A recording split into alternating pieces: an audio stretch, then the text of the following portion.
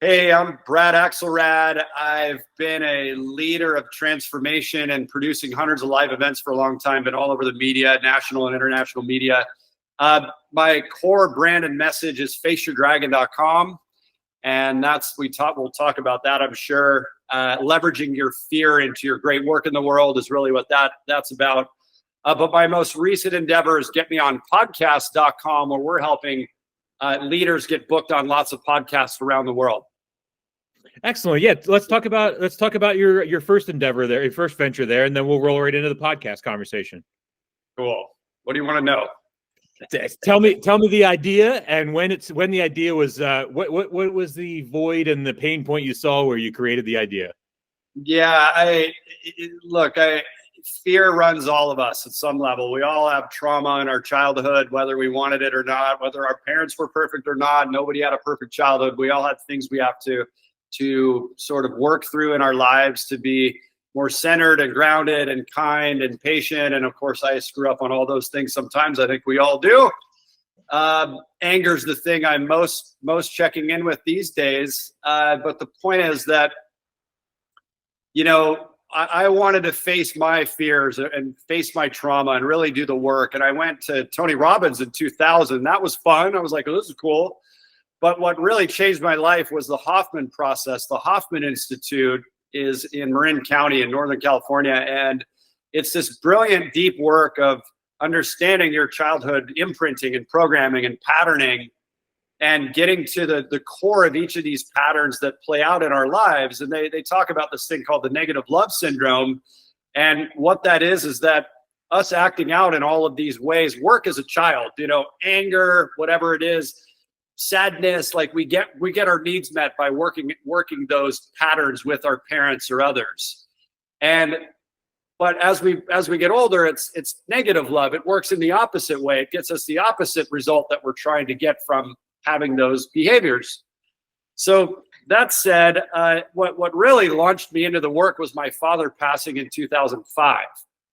And that came pretty fast and unexpected. And 36 hours after his passing, I was at the Hoffman Process for my second dose of transformation there. And I watched him take his last breath, and I had signed up months before he even got sick. And I happened to, just the timing was all divine. It was all God's spirit, whatever. Point is, I'm at the Hoffman Process, and I realized I wanted to keep the work in my life selfishly, but also because it's such beautiful work. I wanted to be a leader of that work. And I became the Orange County, California graduate facilitator leader of the Hoffman Process work. And that started me being a leader in 2005. I did that for a couple years. And then that led into all the other events we can talk about. But that was sort of the genesis, and the defining moment was my father's passing. That was it. And then my life was different from that point forward. And with that moment, what were the initial early adopters? What types of industries and people were kind of coming on board initially for you? Well, it wasn't a business. It was just me being in service. I knew that, I needed to be in service, and that's when everything seems to work. When you're come from is true dedication and commitment to being in service, everything works. And every time I've forgotten that, I'm struggling, I'm pushing, I'm grinding. We talked about grit earlier. I've got all that stuff. But a flow state happens when we're truly in service and in contribution. So that was my first dedication and sort of, I'm here to serve, use me, God, wailing in the hallway of my condo in Costa Mesa, California, just broken down, begging the universe, God, to have my purpose show up. And that's what it did. So that, we can push and grind as masculine men or even masculine women. But when we're in this state of receiving and receptivity, things tend to unfold with a little more magic and wizardry instead of warrior. But all is important, but so that's kind of that. And what type in your career? Obviously, you mentioned that there's been different points when you've been in flow and out of flow. Kind of what types of situations were going on in your life where that brought you out of flow? Let's say. Yeah, it's just forgetting the why. When as entrepreneurs, I'll talk more about Face Your Dragon in a second here, but that why piece. It's like, why are we actually doing it? Wake up, grind.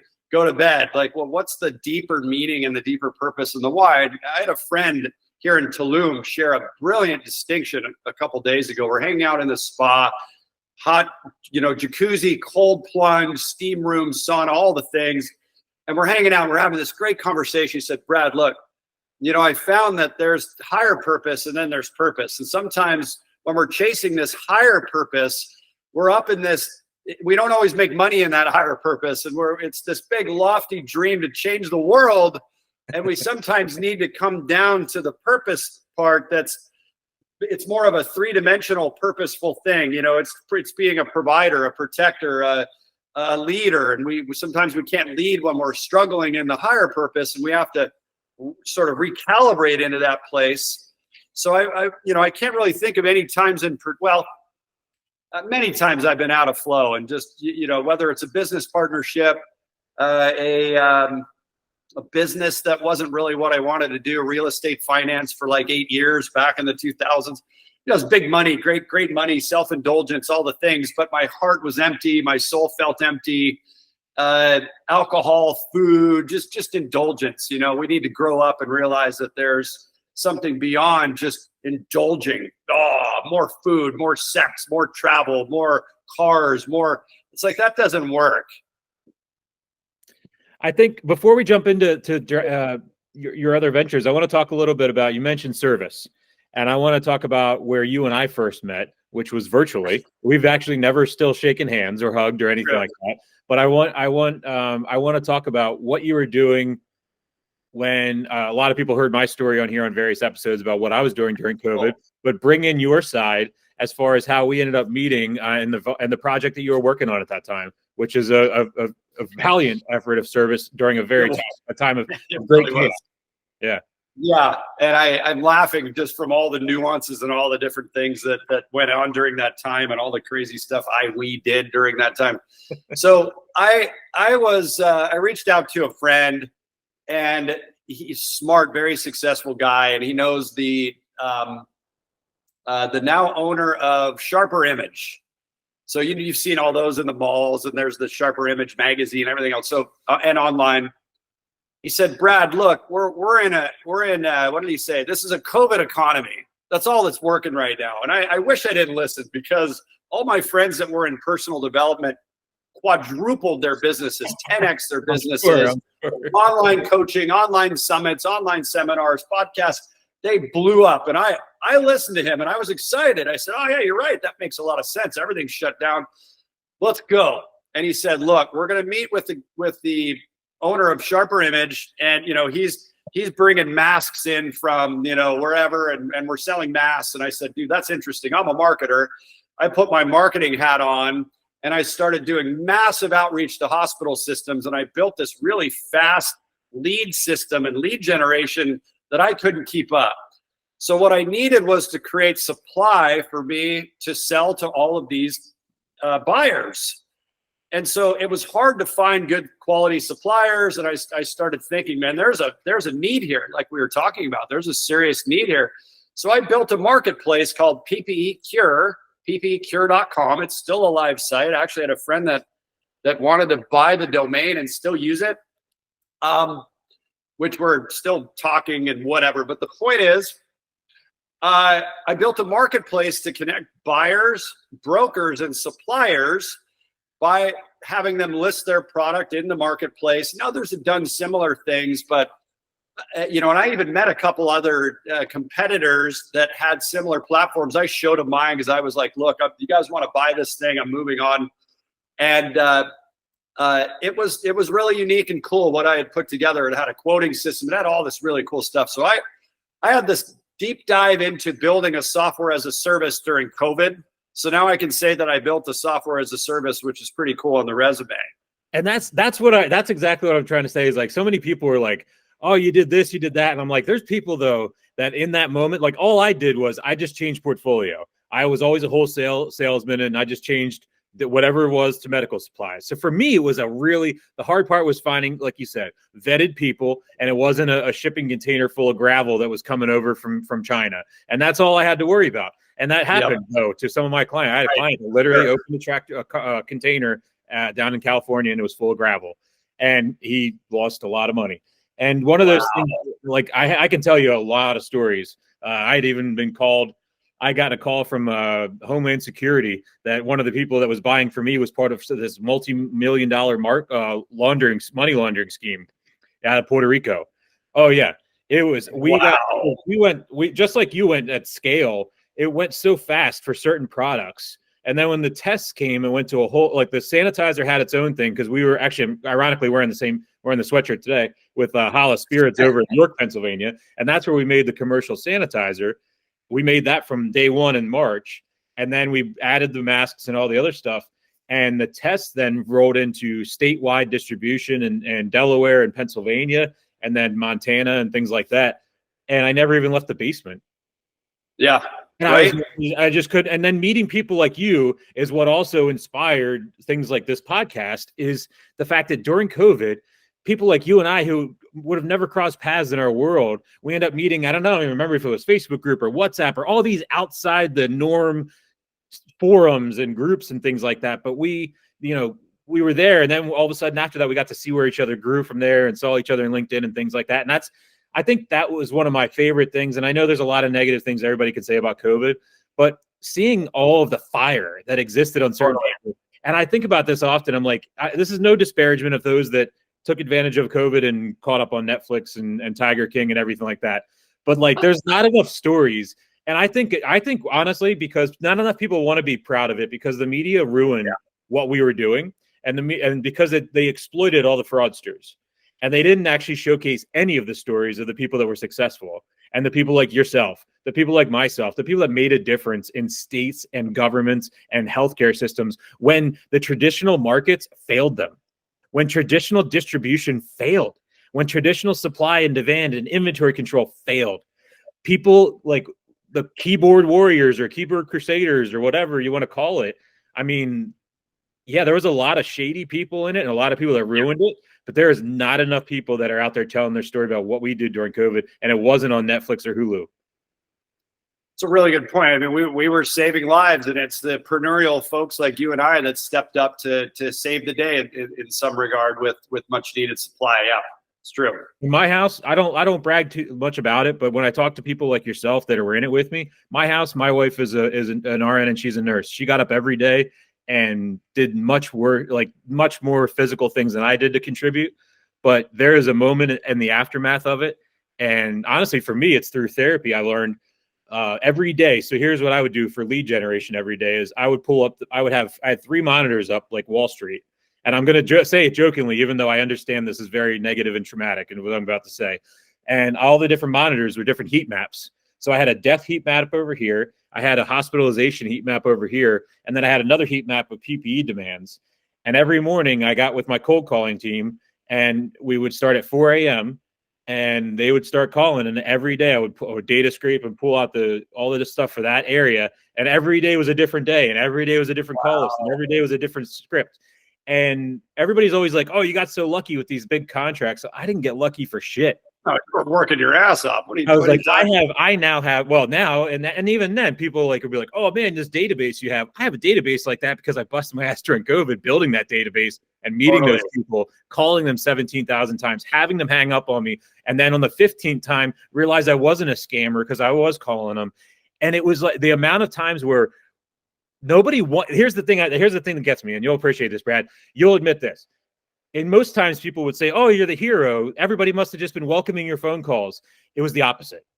It was the opposite because we had to persevere past everybody's gatekeepers and past everybody's walled up fraud detection and all this stuff. We had to get through that and make that sale. And that was like, we talked about grit in this show a lot. And we talk about, perseverance and all this other stuff. I can't hold another scenario in my life, nor anybody that's living right now, other than obviously World War II or something let's exclude that.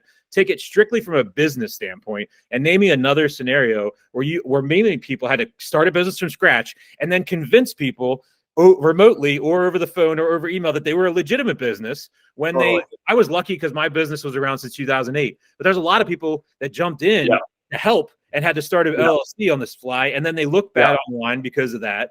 I think about the million things, but they stayed with it, is what I'm trying to say. Yeah.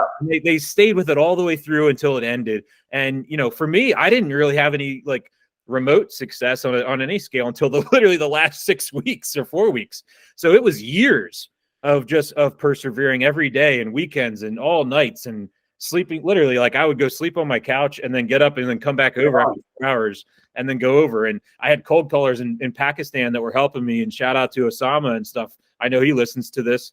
And you know, these people just anyway, I'm ranting and I'm about it, but I just think that there is a bit of a virtue signaling that I'm about to do on this episode, especially just because the story is not out there enough. And it's not a prideful thing, because there's actually thousands of other people like us across the country that did it. But the fact is, the media destroyed everything that we were doing. Yeah. Well, I was sharing last night with my girlfriend how it may have come up because of you. You might have made me start thinking about PPE. I'm trying to remember why the conversation came up, but I said, look, I had a friend that made over $1 million on one transaction. Many, but I'm just referencing the one guy. And for the record, everybody in the crowd, this is not me he's talking about. Yeah, wink, wink.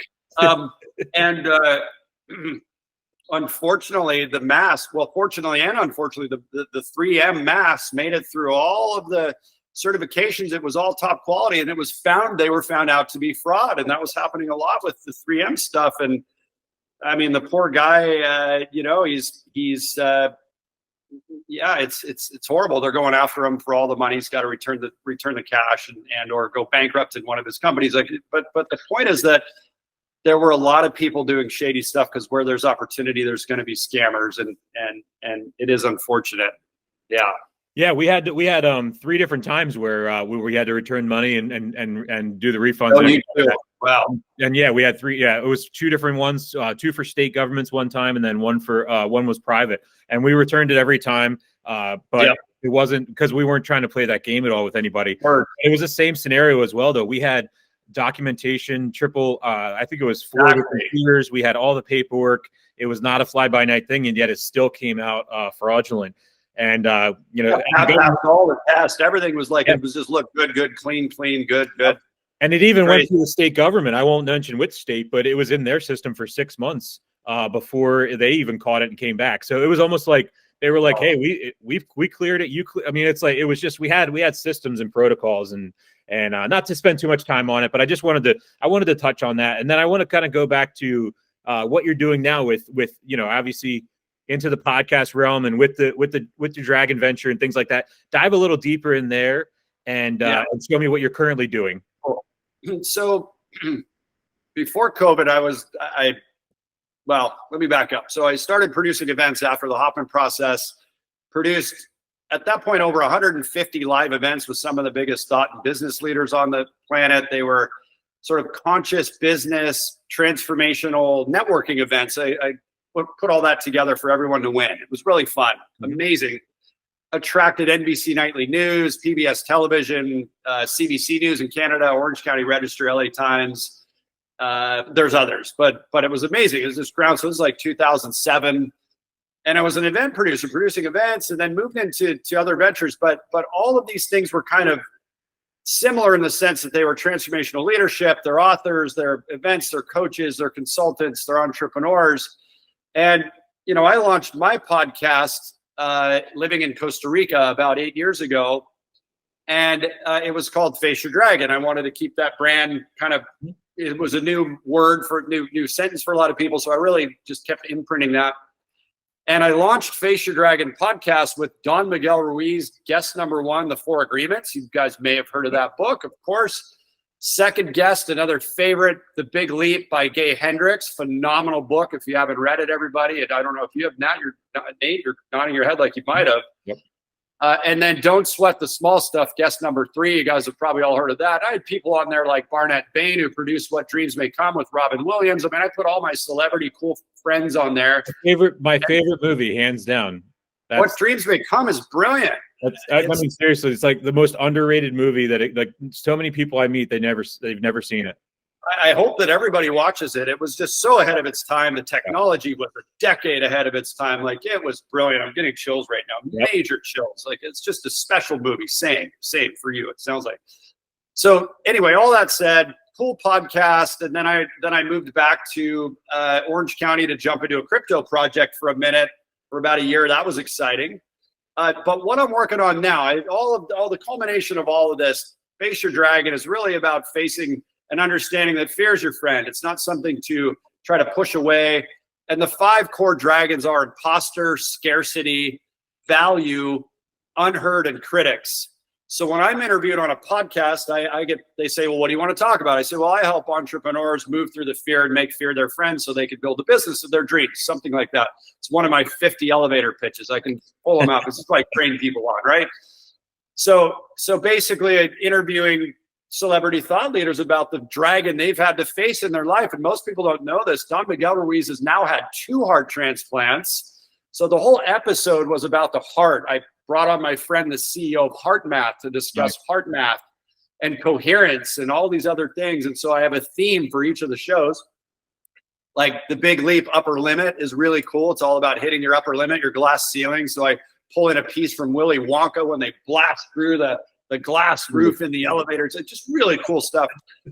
Anyway, all that said, I'm back in Orange County, California. I have a guy that I'd met years ago. He says, Brad, I've got this really good idea. You're an event producer. Let's start producing biohacking events. So we did. We were producing at that point, probably 20 events before COVID came around. And that's how you and I met. But we were producing and creating a franchise license model of biohacking communities around the world. And so I've now sold unfortunately, I think he ran it in the ground. I've sold my ownership stake in it. I don't think it's still going.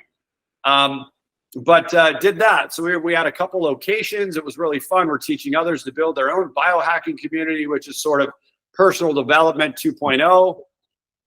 All of that said, I moved to Mexico, was either going to launch season 2 of the podcast, or I thought, why not do what I've been doing for all these years and all these businesses, propping up these amazing people on my shows or my stages. It's now Brad's time to come out and start sharing on their shows. So that's where I'm at now. Nice.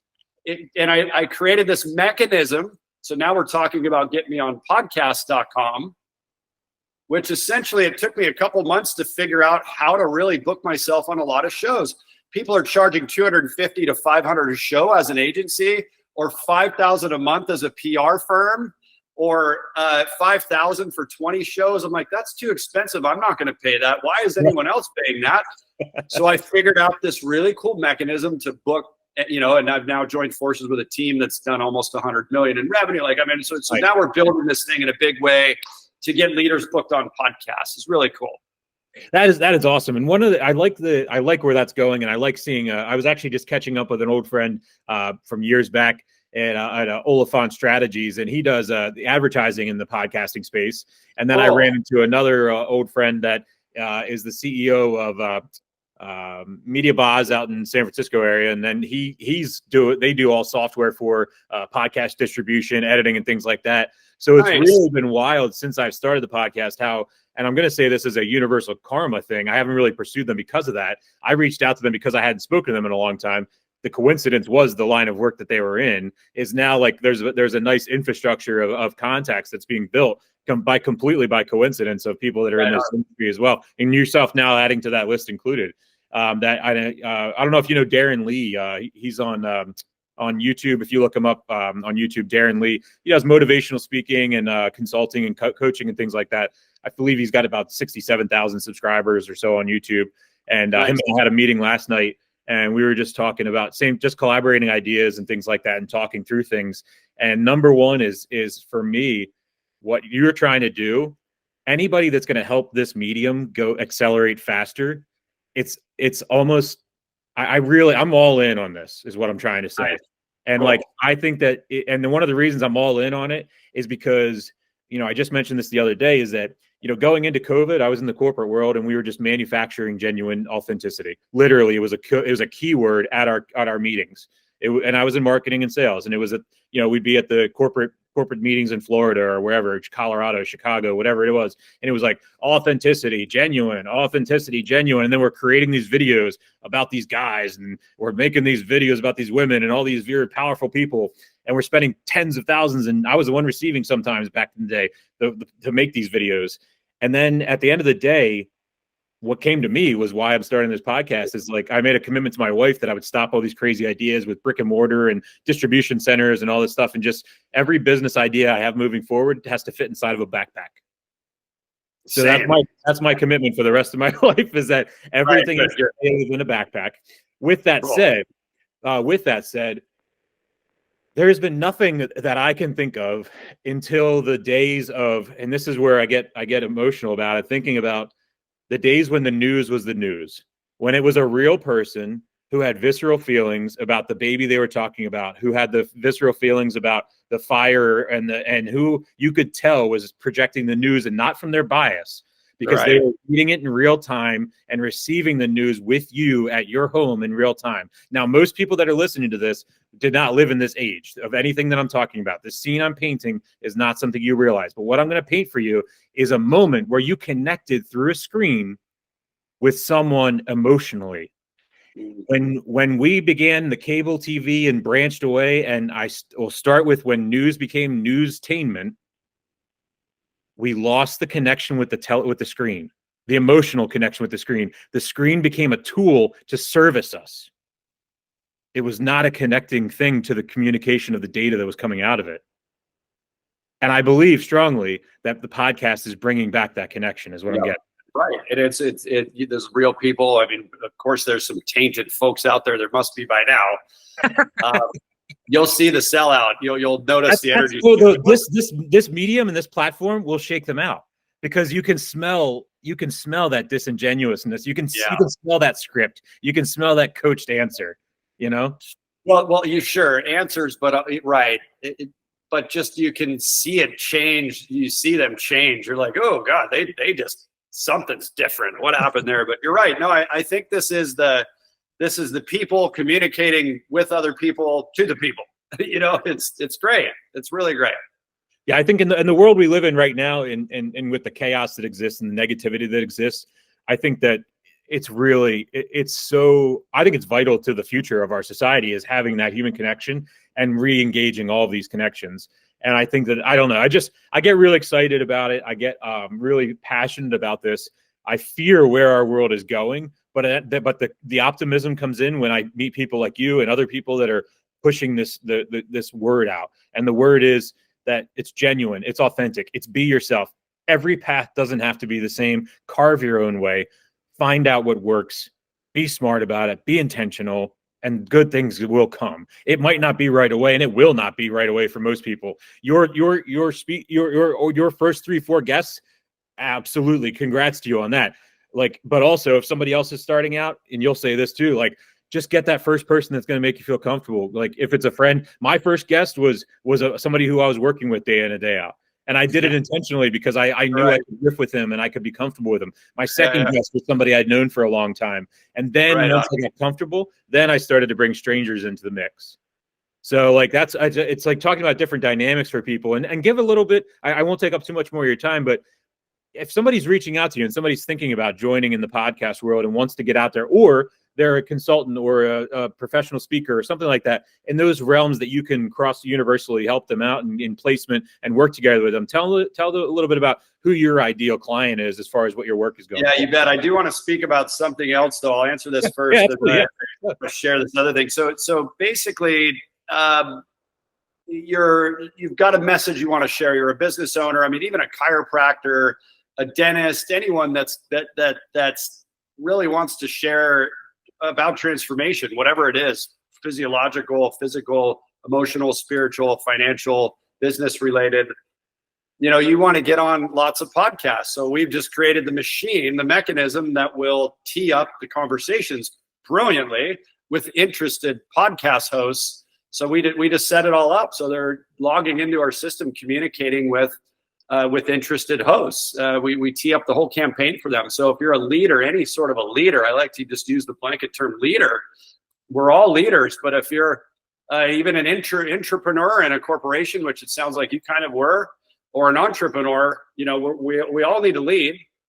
And if you want to share a message, so that's really what get me on. But the target person is the coach, the author, the speaker, the retreat facilitator, the plant medicine people, the adventure travel people, all those things. And I've done a lot of plant medicine. We actually did some when we were here in Tulum. I think there's great power in all these new tools that we have at our fingertips that were hidden in the jungles, but now more mainstream. Everything's out there. Podcasts are bringing all this stuff out there. So, but that's the first part. So what I wanted to speak to, which I thought was interesting about what you were sharing, and it's brilliant to hear you share, you know, in this volatile ethos we're in right now, we're in a really fascinating time politically. I think we're going to have major civil war pretty soon, and or Russia's going to bomb us and we're all going to fucking die. I don't know what's going to happen. I think that I'm just trying to figure out if the movie's going to premiere at the theater before the actual event. So I'm just trying to figure out if the documentary's coming out before the movie. Yes, and it wasn't Don't Look Up. What's the other one that just came out with Ethan Hawke, and was it Julia Roberts? I forget who was it. That movie, I was like, oh my God, that's freaking way too close to home. Like, and the power was out, like I said, all night. Like, I'm tired. We didn't sleep from like 1 till 4. Oh, and your power went out. No freaking power. And we're like, no internet. I'm like, God, I have 6 sales calls today. I'm meeting with Nate. You know, I'm like, this is really a thing. You feel your nervous system really activated. Like, holy crap, what if it doesn't come on? What am I going to do? That's just real. A business for it. It's not to like survive. Like, what if we're actually in survival mode? We have no internet and all of our crypto and our credit cards, we're done.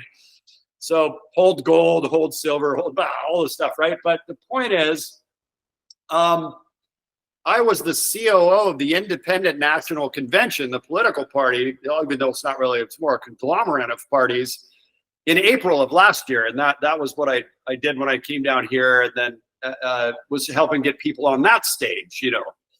But the point is that's coming around again, 4th of July in Denver. I think, if I'm going to plug that, I think it's inc24.us, but the Independent National Convention in Denver on 4th of July. But the reason I'm saying that is that, you know, there's all different all different thoughts, all different paradigms coming together with the intention of collaboration and hearing each other and working together. You know, bringing the Green Party, the Independent Party, just all these independent parties together to figure out how we can collaborate and actually go against the 2-party system, which, you know, I'm not a major politician by any means, but I've studied it enough over the last 15 years to have a pretty good understanding of what's happening and what could happen in the future.